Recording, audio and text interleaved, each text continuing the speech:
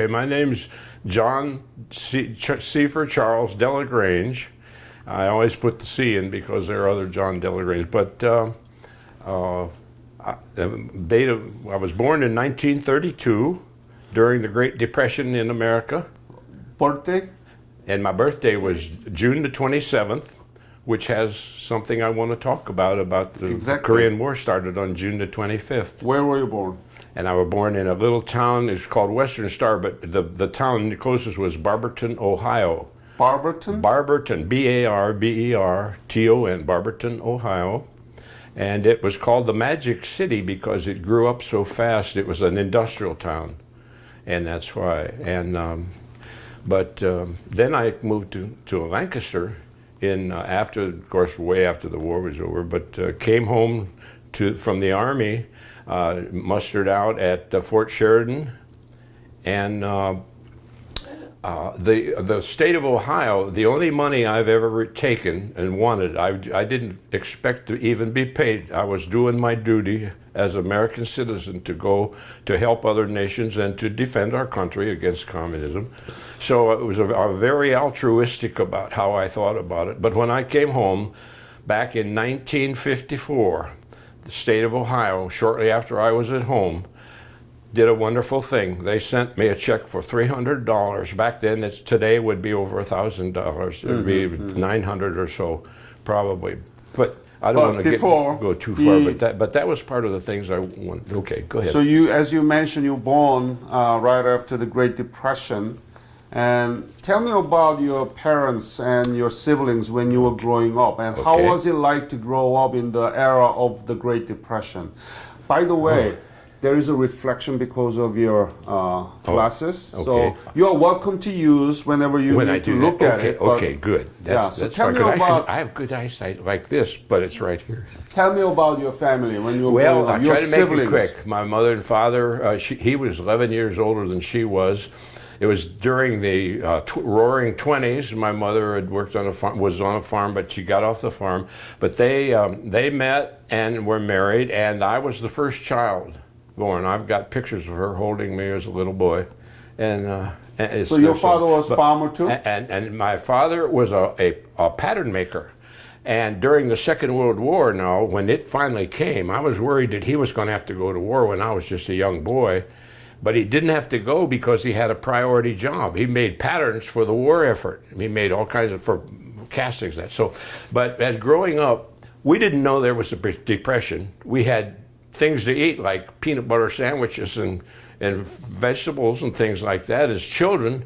But my mother and father, they got a legal separation after there were 4 brothers, and my youngest brother had cerebral palsy. His name was Jimmy, and my other brother, I just talked to my other brother. He's my only other family member living in Eugene. He lives in Fremont, Ohio. And he, by the way, was a veteran, but not of the Korean War. He went later. So when did you graduate high school, and what high school? Okay, I was from the Barberton High School on June the 8th, 1950. June the 8th. 1950. On June the 25th, the Korean War started on a Sunday when wonderful great leader Kim Il-sung.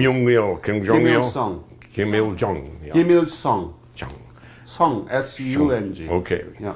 But when he decided, by the grace of Joseph Stalin, I've read his book. I've read this book. And I learned more and more about how Stalin and the Russians were involved in this whole thing from the very beginning.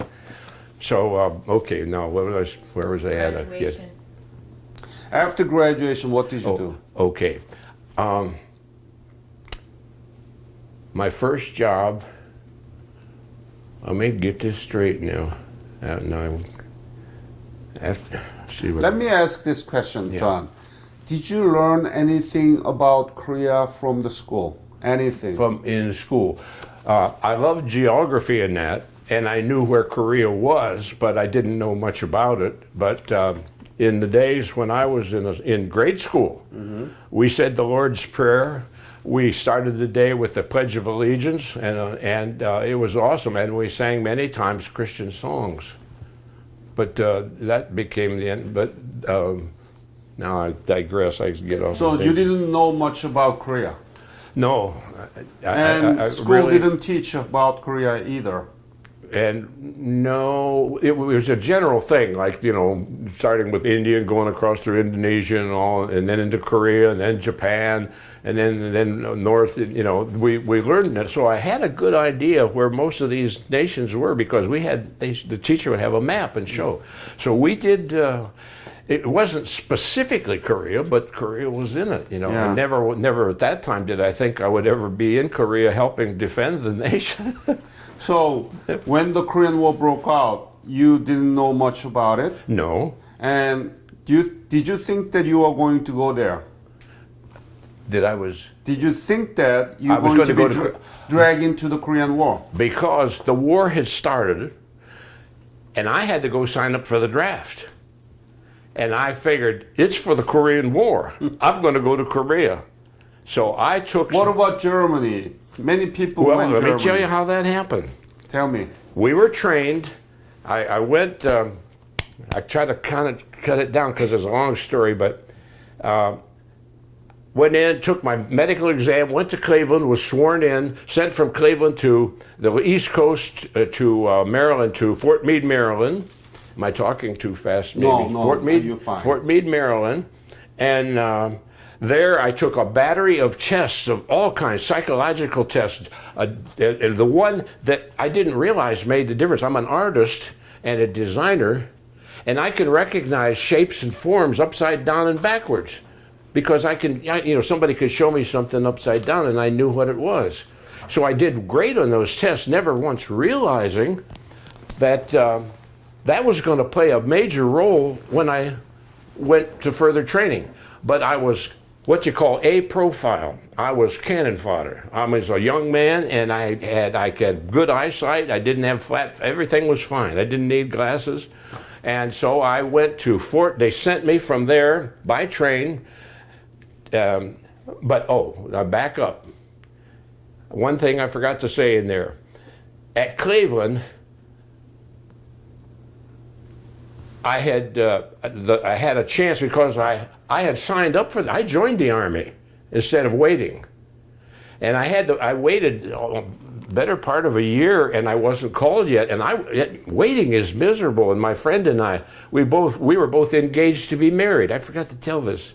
And so when we got to Cleveland, he said that we better not, because we went and joined the Army. That's what we did. We joined for 3 years. Well, we found out that we didn't have to join. We could have joined for 2 years. So at the time when we were going to be sworn in, just before the mean old sergeant come out, and he was sitting there, and we was talking to all regular Army guys, RA. If you're drafted, you're a US.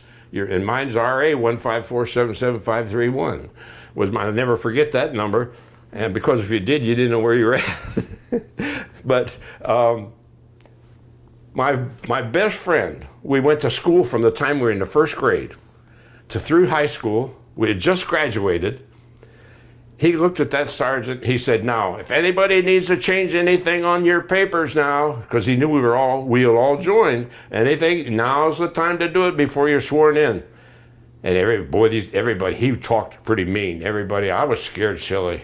I didn't know. I was a kid. I was 18, 19 years old, just turned 19. But my buddy, Eddie, he said, "I want to change mine to 2 years. And my buddy John does too." And he pointed me, and I went up, and I thought, "Eddie, thank you." Boy, I was scared. And that sergeant took his pencil, and he went, "Does anybody else want to change theirs?" And nope, nobody said a thing. And that was the thing that's the reason, one of the providential reasons that I call it providence. I think the good Lord looking after me. At the time, I didn't know that. But that one thing, I went to Fort Knox, Kentucky, took basic rifleman training. When was it? And that was, I got there I got the date right on here. Because I had to enlist in the Army in 52. Basic training in July. I went after basic training, so it was a 4 months training. I went after I was sworn in, and went directly to Fort Knox, Kentucky. Was in the no, I was trying to think the name of the. John, be but careful. doesn't- Be doesn't- careful your glasses there in your left. I don't want you to sit on better it. put okay? them out there. Yeah, And- I probably should put those on now just to so I can read my dates and stuff. Oh gosh, we got a lot of time. You're good. But I know you have a lot to I say, have- so we need to be really wise in time in terms Yeah, of reusing right. the time. Okay. Yeah, yeah. So let's focus on. You went to Fort Knox Fort basic. Knox, and for basic infantry training for 4 months. After basic, in 1952, July of 52. Oh, 1952. Yeah. So you didn't go to Korea right away. Oh, not right away because what happened when half of the company was sent to UCOM would be Germany for and had my name been called, I would have gone to Germany. I wouldn't have even gone to Korea, but I was supposed to go to Korea because how do I want to connect this now that the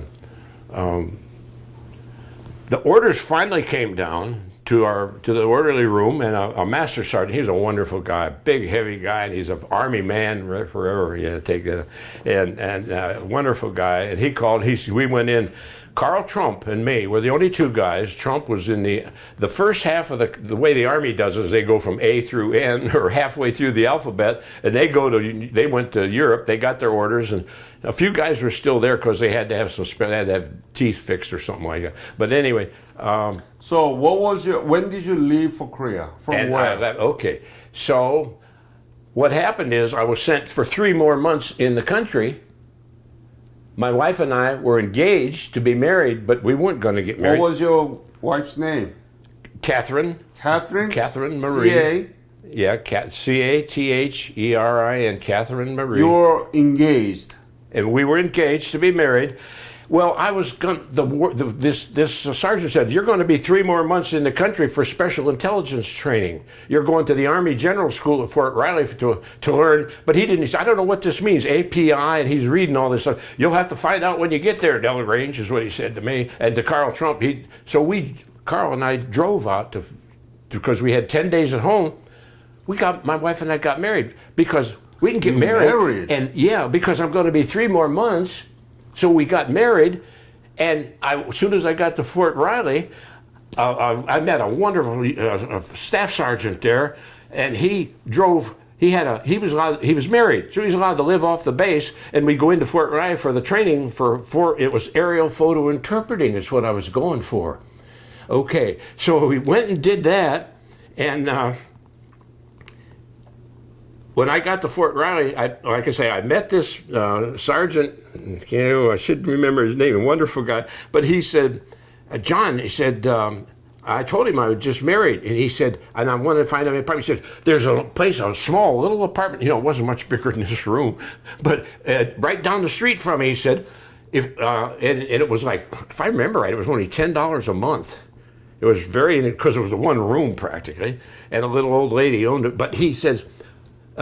Then he says, "I'll pick you up and we can sleep at home, and then in the morning get up and get in for reveille and and for all that stuff, and then I'll bring you back home." So I had an extra, the providence So I called my wife, told her. She's all excited she could come out, but her mother was she's going to have to get on a train and go all by herself. So John, I know you have so much story, but we have only 1 hour. Okay. I want to concentrate on your battle experience, okay? Okay, yeah. But let me ask this. Catherine must be really brave and courageous to marry the guy who's going to go to war. We were in love. She's the only woman I've ever known. And we were married for 63 years. She went home to the Lord. I'll go see her again. It must have been very hard for you to be separated, right? At that it was. And she sent pictures every day. And when Diana was born, she sent pictures of her. And it was so... and I just kept doing what I did in Korea, which I'm going to tell you about my story. So let's focus on that. Okay. When did you leave? From where to Korea? Okay.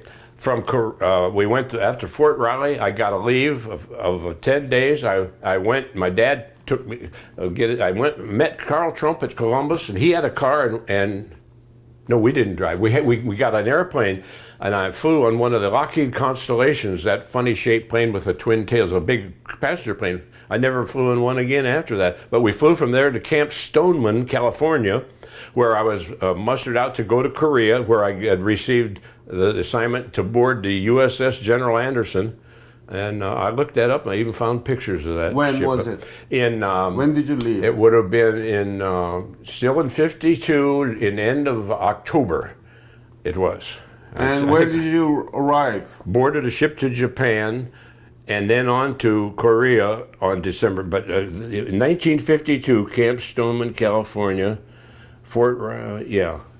and I didn't put the November of I was at Camp Stoneman, so I was on the sea in 50 and heading on a troop ship, 5,000 men going to Korea, but basically to Japan first. Yeah. And on the way, we stopped at Hawaii, and then at Okinawa, and then we hit Camp Drake, Japan, and I went through, and that's where I received assignment to Korea. They put me on another ship, and I landed at Incheon the second time. When? I went at Incheon, and in 1952, and for 3 months, I was in 1952. Didn't put. Landed at Incheon on December 16th, 1952. I arrived at Kimpo Air Base, was assigned to I didn't know where I was going to be going, but I didn't know where Kimpo was, which Kimpo was right there at Yeongdeung-po, right at Incheon, and it's only 16 miles from the 38th parallel. So, what was your unit? It was called the 4th Aerial Photo Interpretation Company. 4th Aerial Photo Interpretation. It's API is the abbreviation for it. 4th API. It's a G2 Air, which is Air Intelligence Section. Okay. And the G2 in Army terms is Intelligence Section. And what kind of training did you receive to do that job? Actually, that's a good question, because I was trained at Fort Riley on how to use a stereoscope and all the special stuff you use, but we didn't have Korean terrain. We had stuff from the Second World War. So everything I learned there, 90% of it didn't help me, because we were looking at German radar position, all open gun displacements and everything were taken by, usually back then it wasn't directly down, it was oblique photography for reconnaissance when before there were battles would start and that. So what happened when I got to Korea, I had the one thing that was different is Korea was a guerrilla war. They camouflaged everything. They were genius at camouflaging, digging through the backside of a mountain with a tunnel all the way through, and bring the cannon in from the back and build a parapet up front that was in a little V shape. And so what I'm saying is we had we had maps, which is another thing. And I have this in some of the other papers that tell about. I didn't know this, but I would never questioned it. How did we have all these perfect topographical maps of all of Korea, South Korea, all the way to the north?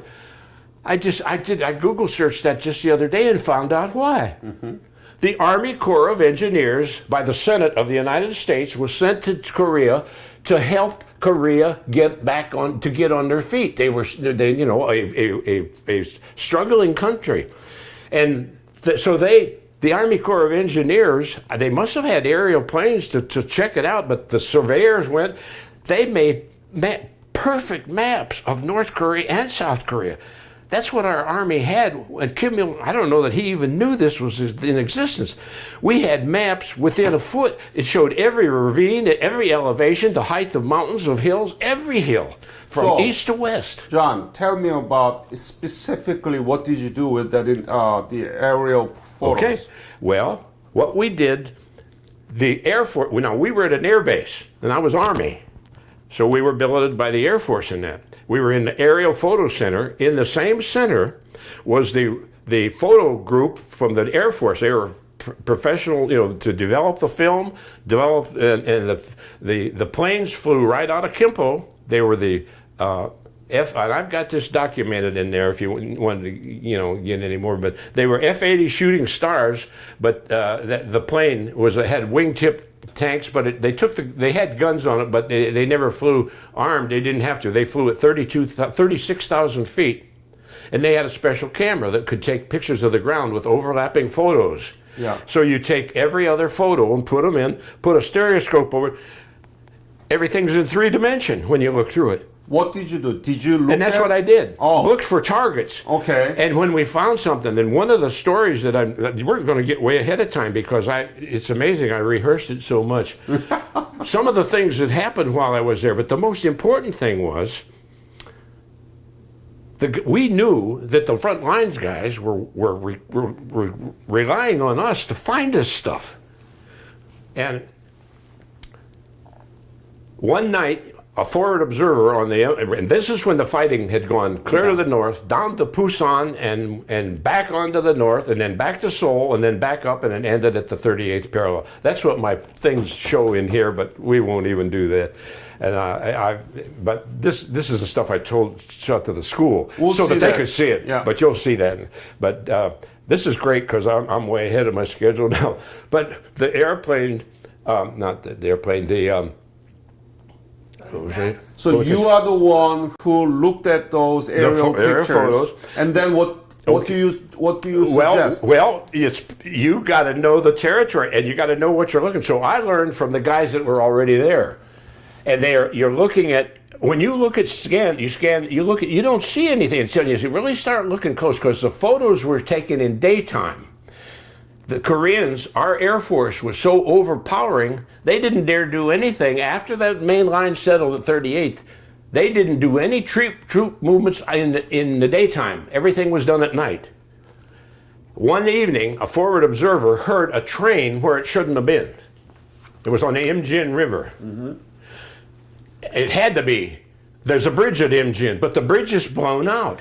So he couldn't have, but he's way down from where I've got a map that I marked where it's at, and it's like maybe 10 or 15 miles behind the lines or more, where the Imjin River, it comes from the north down, and when it gets into South Korea, crosses, it becomes the Hangang River, I believe. But I didn't find it, but one of the other photo interpreter guys, we said, we got this message and we looked at all of we had missions that had already been flown over those areas. All it showed was that bridge was out. We couldn't find out how in the world could a train get across a bridge that's been bombed out. Well, we've ordered another mission, a daytime mission, fly over the same area, but fly farther north. They did. We found a bump on the side sticking out of the river, and it was like a little islander coming out into the river. It was a pontoon bridge welded together with steel. They floated it down the river, put it in place, bolted it in. The train come across, unloaded troops, supplies, and everything. Back the train went, and it's gone. And then how they got it up, I don't know. Mm-hmm. So those kind of intelligence that you produced. Yeah, that's what we produced. Well, I have to say it's a joint thing because all of us were looking for this. Okay. So I didn't personally discover it, but I got to see it after the guy that discovered it. But that was your job. That was my job to find this, because quite frankly, North Korea was so well camouflaged. The only time there were one more thing. The B-29 bombers from Okinawa flew MPQ-2 missiles. That's on my board. It shows the picture of the plane. They flew night raids where they dropped flares, and then they took multiple pictures, and they dropped bombs. So, Diana, why don't you take it out? Yeah, take those out of there. But John, you talk to me. Okay, I forget. Diane can take care of it. We can. You talk. Yeah, okay. Now, back to where I was at. So you produced a lot of intelligence, right? Oh yes, that was the thing, and this is the first chance other than the school in Lancaster where I told those children, and it wasn't the whole, there was 500 fifth graders, but I talked to only about 16 of them. But I had this, which I'm going to show you in a minute here, to show them pictorially, graphically, so I really didn't have to explain much, you know, it was there, but I did explain, but they got a real lesson on how the Korean War started all the way through, and you can open that up for him. Yeah. So, and you have another episode with a bombing. Bombing and MiG-15. Well, so yeah, okay. The MiG-15 is the pièce de résistance in French. That's the icing on the cake when I tell that story. yeah, just put it in. Just put it. Okay. Okay. I'm So going here, to set it where you can see it and Yeah. you can see it. yeah. This is what I put together for the school class. No, you Now can. this, I made this. I put this all do you together want with me to- photographs and everything. Uh-huh. How do you So, want me to do yeah, this? Just okay. drop it on the thing. And it starts, Wait a second. and Let me get out of here. yeah. You just said, hey, this is great. This works just fine. Yeah. I think And you know what? I brought that. Where's that little red bag? It's got right my little beside- pointer. it's It's right here. It's got. I thought I might just need this. I used to do presentations for my company, Packaging Corporation. Where it It's should in be there. down It in is, there. just- It's all folded up. I It's know. a pointer thing. It's way in the bottom. Yeah. I had this, and I thought it was missing that end thing, so I had to make one for it. But there. Yeah. But So okay, give us brief. where I started. It actually starts. I started here with the kids. Here's North Korea, and here's South Korea, North Korea, and I have the war started and began June 25th, 1950. Hostilities ended with a ceasefire truce in July of 1953. Neither side won. Korea is still a divided nation at the 98th parallel. Communist invasion into South Korea was defeated by freedom-loving nations, by the UN. So that's how I told the kids. And then it came to here. Then it goes over to here, over to this one here. And here's where North Korea, when the war started, they went down, clear down to the Pusan. They drove almost all the South Korean soldiers and the few Americans. Right at the time, there were just a token amount of Americans there for training the ROK troops in South Korea. But here's the Yalu River way up here, and the first one they started, and here it is. They come down past Seoul, and I'm sorry, it should have been here. It comes down all the way to the Pusan. We pushed them. Then we finally got troops in there enough that from the States, fresh troops coming in with tanks and everything we needed. And the wonderful leader of the communists, that guy thank God he was an idiot, because he tried to run a show and he didn't know anything how to do it. And that's why they lost the war. But we drove them clear back to almost to the Yalu. Then the Chinese come into it. Boom, and down we go again. But they got just past Seoul, and that's all the farther they got. Then we pushed them back to the 38th parallel, which had already been decided earlier, I guess, that was going to be the line where it ended. So there's where it ended, right there. And now I was at Kimpo Air Base, which is here's Seoul. Panmunjom was right there, and then I have another map here. This map right here, the same map, and there's Kimpo Air Base right there. And this is the story. The one more story I want to tell is about this airplane here. They called him Bed Check Charlie, and they were North Korean pilots flying a World War I biplane called a PO-2. And what did they do? They were just for harassment. They would fly at nighttime, usually on moonlit nights was the reason they flew. And they would come down just to harass. Well, the one night I was on third shift, night duty, looking at photo interpretations, and we heard I can't remember. It come over the intercom, says, "Hey, we got one bogey." It was the fire control center. We got one bogey at Charlie Chair 2379, Charlie Chair 2378. He said, "Oh my, he's heading for Kimpo," because we knew the maps. All we needed to hear is the grid coordinates. We said, "Oh God, he's coming!" And the officer in charge, he says, "Come on, guys, grab your rifles and get out, get out!" And right outside the emergency door of our center was zigzag trenches with sandbags on them. We all ran out and jumped in, and you know what? We didn't have any ammunition, so we had empty rifles. But we didn't think of that till later. So John, So the rest of that story. yeah, John, let's talk about MiG-15. Okay. Yeah. Okay. So could you explain it? And MiG-15 episode. MiG. the MiG-15. Yeah. Oh yes, that's the key one. And because it's so long, I gotta take my paper here.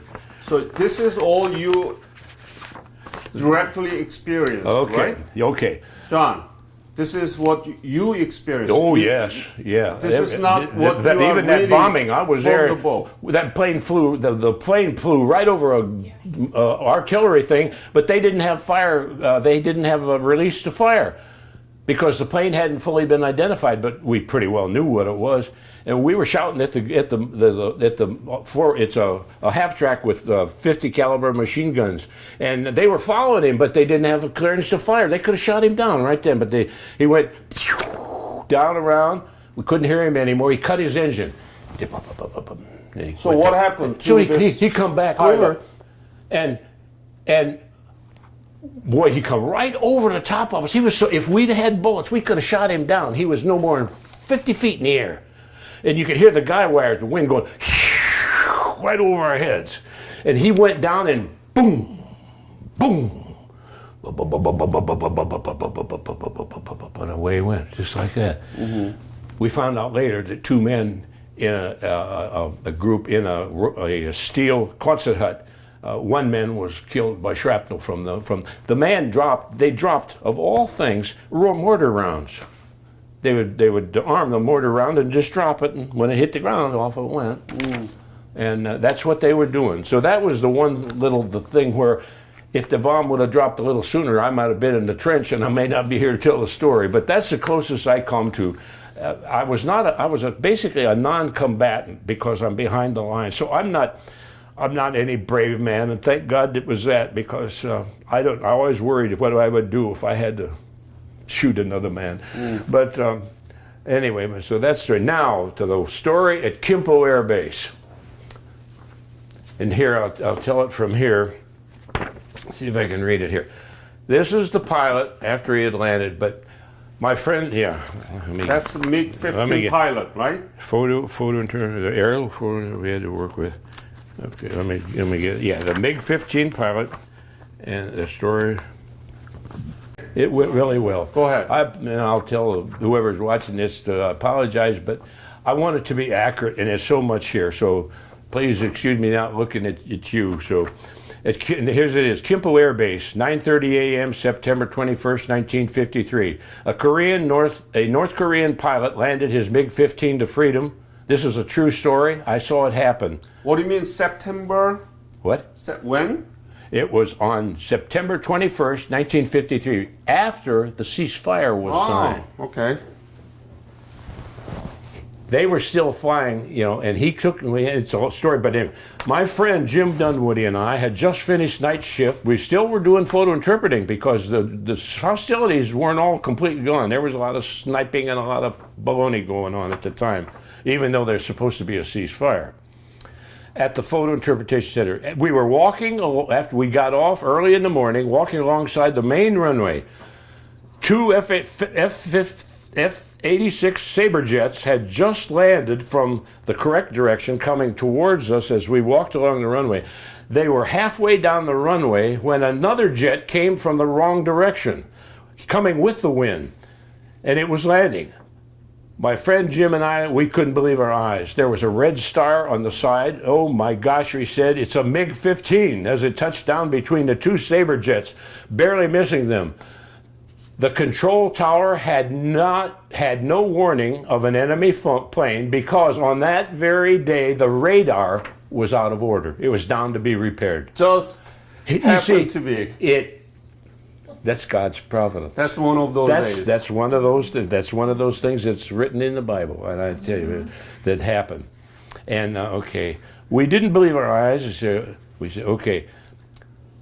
The control tower had no warning of an enemy plane. The radar had been shut down. Therefore, they had no idea that a MiG was even in the vicinity until it taxied to the end of the runway, parked alongside the ready line. He actually parked between two of the ready Sabre sets for another mission. We're getting ready to go. And the North Korean pilot, had he wanted to, could have strafed the entire ready line and wreaked havoc across the entire. He could have leveled that air with, if that was his intention, because he had 50 millimeter cannons on that MiG. They were heavy armed, and he was at ground level, and Korea's perfect. Kimpo's level. It's a levelest spot in Korea probably, and he could do and he didn't do it. One of the pilots was in one of the planes just checking out stuff. He's going to fly a mission later, and he come by real slow.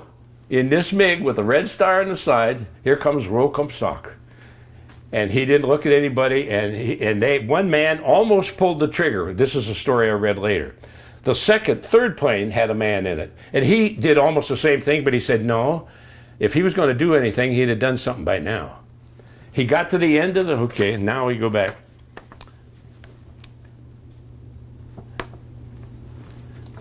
Yeah, after however, that was not the reason he flew his MiG. The North Korean pilot, had he wanted to, could have strafed the ready line. However, that was not the reason he flew his MiG-15 to Kimpo. The pilot climbed out of the plane for about 10 to 15 minutes. We could see something way down we could see that there was somebody on the wing of the MiG, way down the runway.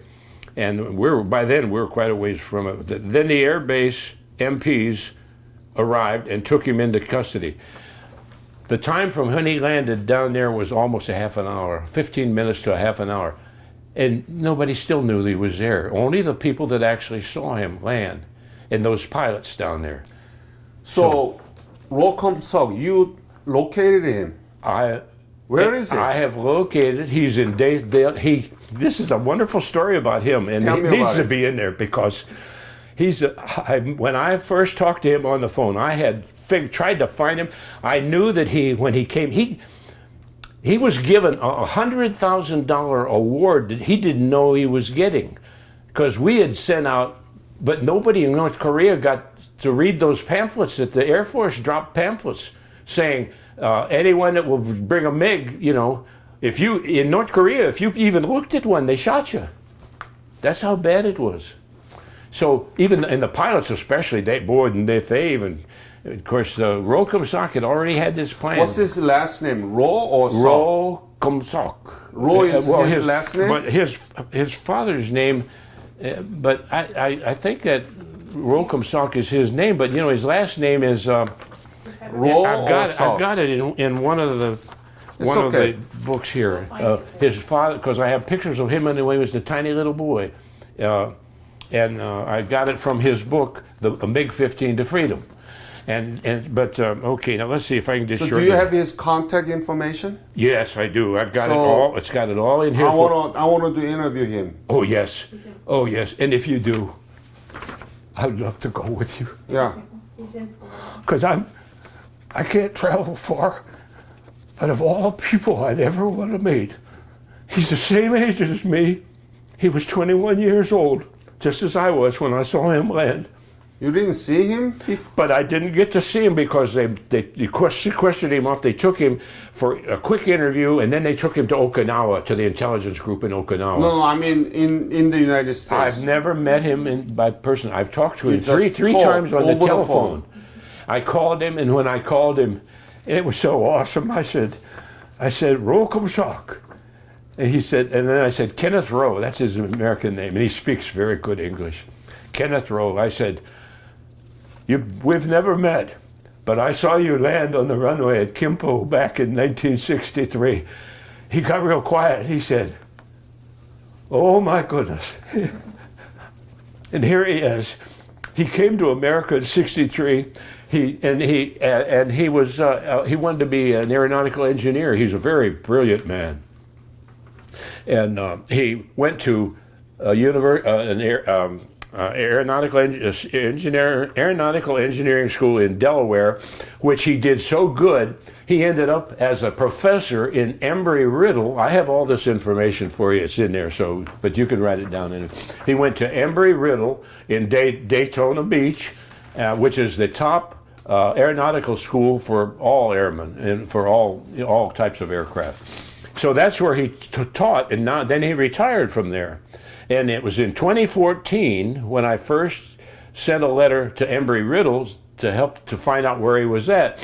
And I forget just how it happened, but I did find out that he's living in Daytona Beach, but they didn't have his exact address, so Daytona Beach, not Deltona. There's the Daytona Beach, and I've got his address.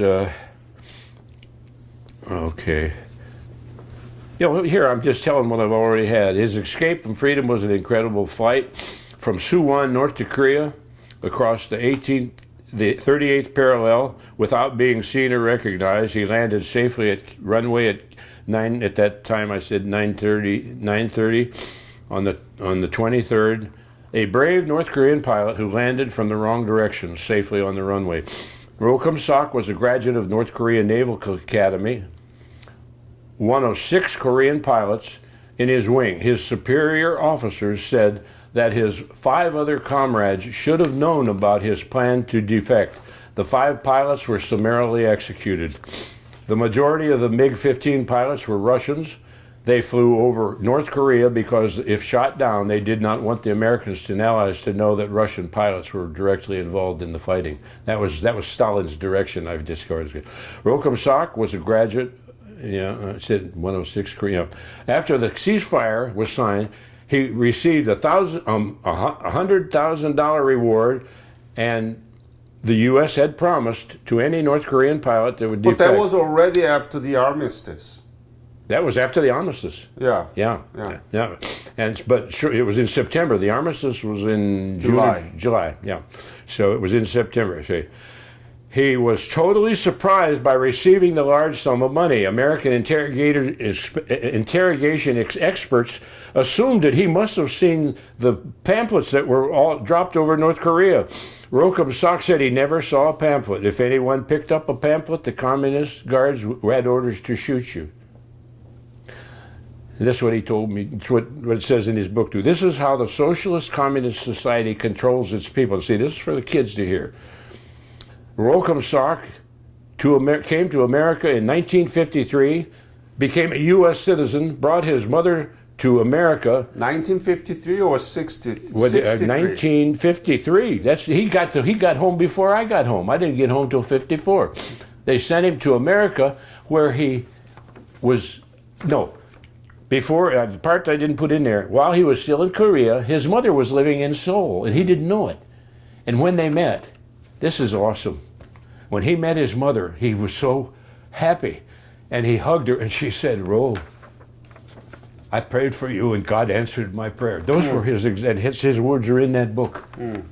Did you write about this to your wife, Catherine? Yes, and she knows all about it. But she's in heaven now. But she was living when I did this presentation. So, do you have your letter that you wrote to your Catherine about this? Well, no, she. Did Mom keep any of your This is after this. What I'm writing now is what No. Yeah, Dad. Did Mom keep any of your letters from back then? Boy, I don't remember that one.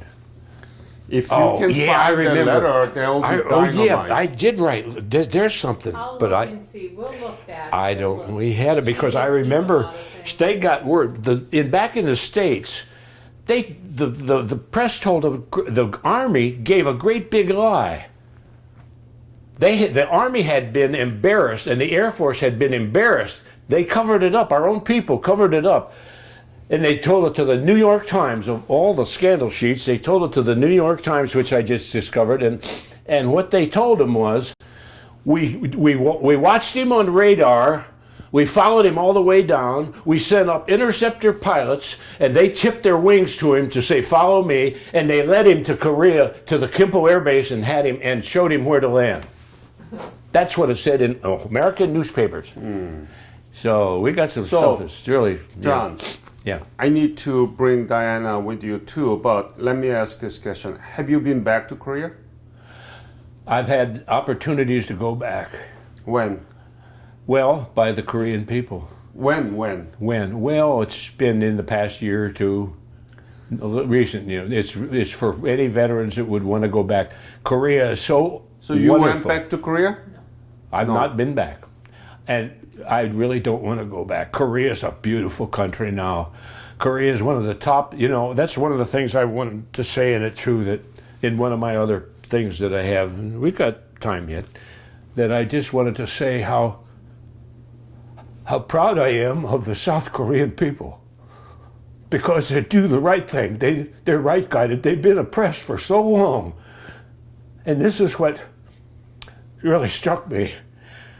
Of all the nations that America has gone to help, we've never took a piece of ground. We never did it for property or territory. We did it to help oppressed people. But the news doesn't want to talk about any of that stuff. And even Americans today don't even understand what the Korean War was about. Our children don't. That's why it's so important. I want to keep this, and I want to keep it as long as I'm living, and I want to tell them about this. Because if somebody does it, that will say, this is where it comes in, what was his name? The Irish in 1729. What was his name? And he said, all it takes for triumph of evil is for good men to do nothing, and America has lived by that. See, that's why, John, we are doing this. You are visiting schools, right? Yes. And talking about all these things Yes. to our children, Yes. right? And you made wonderful, the board, right? Yeah, the posters. Posters. Because I was always an artist, and I knew that people understand visuals. Words are good, but words are quickly forgotten. And that's why these are important, these interviews. But I would like to see this, I've spell checked it and everything, but actually it worked very well at the school. When this was over, when at the end, one of the young boys said to me, did you ever have to kill somebody in war? And I started crying, because I looked up here. This was me in basic training. We had just marched 25 miles on bivouac. It was the last thing we did. And I know that some of them men went to Korea and didn't come back, and I don't know who they were. And that's what that young boy asked me. And the little girl, she wrote me a letter afterwards. There were only 16 children in that class. I'm glad it was small, because they really got it. They wanted to know. Kids are fifth graders. That's the perfect time. They're not adults yet. They're still children, but they don't want to see themselves as children anymore. And they listened. They were so polite. And I wrote a letter to the superintendent of the schools. I said, after that presentation to your children at the Landis Run Intermediate School, I said, our country's in good condition if the children at fifth graders are being taught this kind of stuff, is what I said. And that's why we are doing this. We are all numbered. You cannot do it forever, and Yeah. I cannot do it forever. That's but right. This interview will be Yes. there forever. And now high Yeah. school teachers are making lesson plan, analyzing this interview. Yeah, So all right. your interview will be one of our curricular yeah. resources. And I wanted to say, And Diana will continue to see how this interview will be utilized in Yeah. our educational system. okay, yeah. That's I great. think this is the time that I want to invite Diana. Just sit beside your father that side, and Yeah, I Try got my to- darn thing tangled. Oh, it's tangled in one of the threads. this is beautiful. Please introduce yourself. What is your name? I'm Diana Thomas, and I'm John's oldest daughter, and I was born in 1953 when he was still in Korea. Wow. I was 9 months old when he came home, and I looked at him and I thought, who is that guy? Yeah, I have a picture holding her, and I tried to find it, and I can't find it. But when I I have come it. home, I and she's looking at me like, "Who is this?" But I knew who her because my dear wife, her mother sent me pictures of her as when she was born and everything. So do you still have that picture with you? Not, I have it, but I don't have it with me because I was scrambling and I thought, oh, where's that picture? I have it at home. It's just a little picture. So but now I'm ordering you, Diana. Okay. Yes. You have a mission. yeah. Scan everything that he has, including the letter, if you can If I find Okay. Sure. that he mentioned about this No Gumseok. Sure. I think his last name is No, and his first name is Gumseok. Okay. Okay, and if you can find the letter that your father wrote to your mom at the time, Okay. it's going to be in the newspaper. Oh, Okay, that will be wonderful. Yeah. Yeah. I'll see So- what we can do. you have a lot to do. Okay. I do. I always Well- have a lot to do with my. Well, but she's like father, like daughter. She's a better artist than I am. She's So- she's a missionary. Oh, I You don't can't. have to brag on me. So Dad. you are the boy of Great Depression, and you are the girl of Korean War. Amen. Okay. Yeah. Yeah. So tell me about what you have heard from your father about the war. Well, all the things that he has on his display board. Did he talk I've about heard that those? many times. Yes. Yeah. Too many times. No, I've heard it many times. Not Many. too many. Many? Not No? too many. Actually, earlier on, he didn't talk about it a lot. But after retirement, when he had more time, he started to talk about it. And we have a special presentation we did for him one time for his. My children think it was got Father's together Day. and got this for me. So what are you doing? What did you do? What do I do now? Yeah, no, when you were Tell her. When I was growing up. young and yeah. Well, growing up, we had a big family. Dad worked a lot and traveled a lot. And so we didn't really start hearing a lot about Korea, except I heard many times the story of how I didn't know who he was. And then I would say probably about 10 years ago, he started to really get interested in his life. in Why do Korea. you think that he became interested in talking about it? Because he had more time on his hands. And Once I think retired that- from Packaging Corporation. Yeah, and also we had presented him with this as a surprise. My sister found But they out, surprised me with this. yeah, we found out that we could get a Korean flag for him, and we knew that that was a really hugely important piece of his history because he had been talking about it. So we put this together and had an army guy come and dressed in period uniform, and he presented this to my dad. And I think it was after receiving this that he really started to dig into things and started to research about the MiG and be able to just put it all into a sequence. And then the schools invited veterans to come and talk about their experience. And so I think that gave him the opportunity then to spread it To really, further than just his that's family. what prompted me to put all this stuff together. So Diana, do you know about South Korea now? Only a little. What do you know about it? We had a foreign exchange student who was from Seoul, and he lived with us about 6 months. Mostly what I learned from him was some of the food, and it was how good it was. Kimchi, all But that. as far as the nation itself, I don't know a lot about South Korea. Do you know how strong the South Korean economy is now? Well, One of the top 20 I was going to nations. say, by his lifestyle, I would say it's pretty strong. I saw pictures of the area where he lived, and I know what his lifestyle was. Yeah. And I would say that he had no lack of anything. John, tell me about the country that you saw in 1952 and 53. It was totally devastated. It was just a wasteland. Seoul, Korea. The only one building standing was the University of Seoul, and it was repairable, and so they repaired it. And later on, I was promoted to a corporal, and I was sent as target NCO at the Joint Operations Center in that building in Seoul. And I don't know if it's still standing. It's a historic place. I hope they kept it. And didn't, because Seoul now I wouldn't know anything. The main PX was on a corner right downtown Seoul with all the little vendors were around when we'd get some time off of duty because we were behind the lines far enough that we could go with the shooting still going on. John, the Yeah. country that you saw completely devastated, now 11th largest economy in the world. 11th it is. 11th. Wow. Do you know how our trading partners of the United States, South Korea is 7th largest trading partner Wow. to the United States. By 2020, 2050, I think, South Korea will be the 7th largest economy in the world. And that's- 7th. That's why that Wow. idiot up north is Wow. scared silly.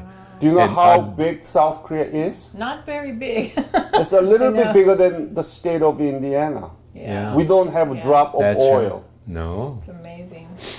That is the legacy of your father. That's pretty awesome, isn't it? It is, and I've often thought about it, and I've thanked the Lord that I could play But you know what the thing a is? part in it that was so critical to that, you know. And Awesome, Dad. it's I had never thought much about that, but putting this together was the thing that made me realize, John, you were part of history. Yeah. And I was thinking, and then I got a call from our president of our chapter 327, and he said, John, Dr. Han of the Korean Legacy Foundation wants to interview you. And I said, oh, praise the Lord. I said to him, I said, I was hoping something like this would happen so that my story Yeah. can be told the way I told it to those children. John and Diana, but our history textbook doesn't tell much about it. No. Just one paragraph. Wow. Why is that? And how do you think that we can overcome that? How can we make that better? How can we make sure that history tells more of the story? Of the Well- Korean War that you fought. One of the first things is to educate children, but even our own school system today in America is, there's so much dissension in the world now. So nobody, our own government can't even get along with each other. So I don't know what the answer to that is. So Yeah. You want to, is it We- time? It's, So tell me, what is the legacy of your service and the Korean War? I see it as,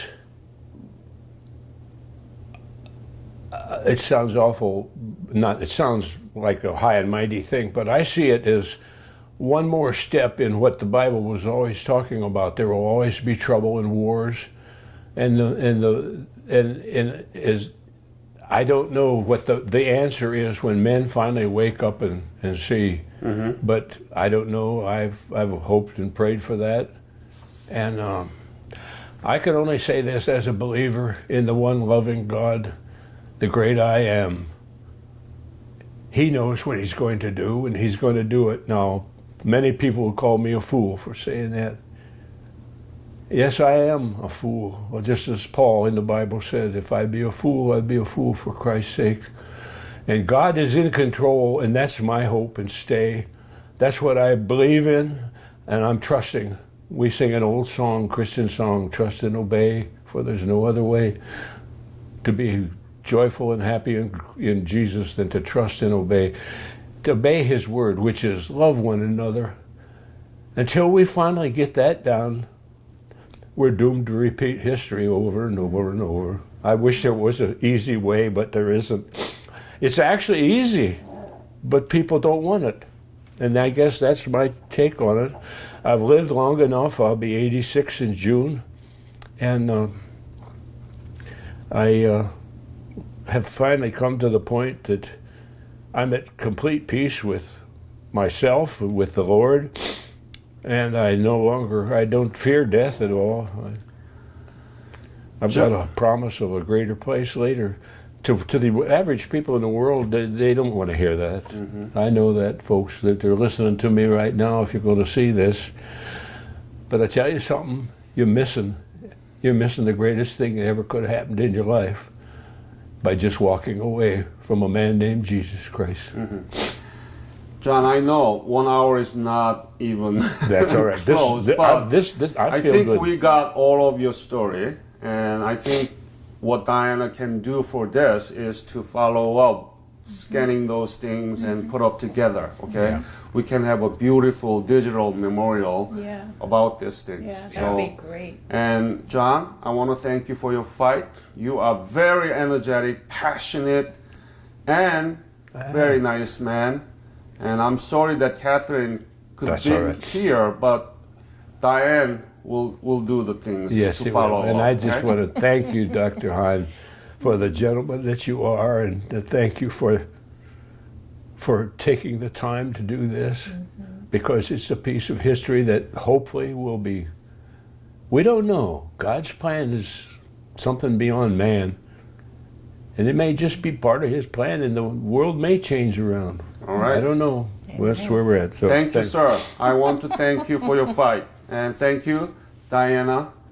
So nice meeting you. Yeah. Thank you. Okay. All right.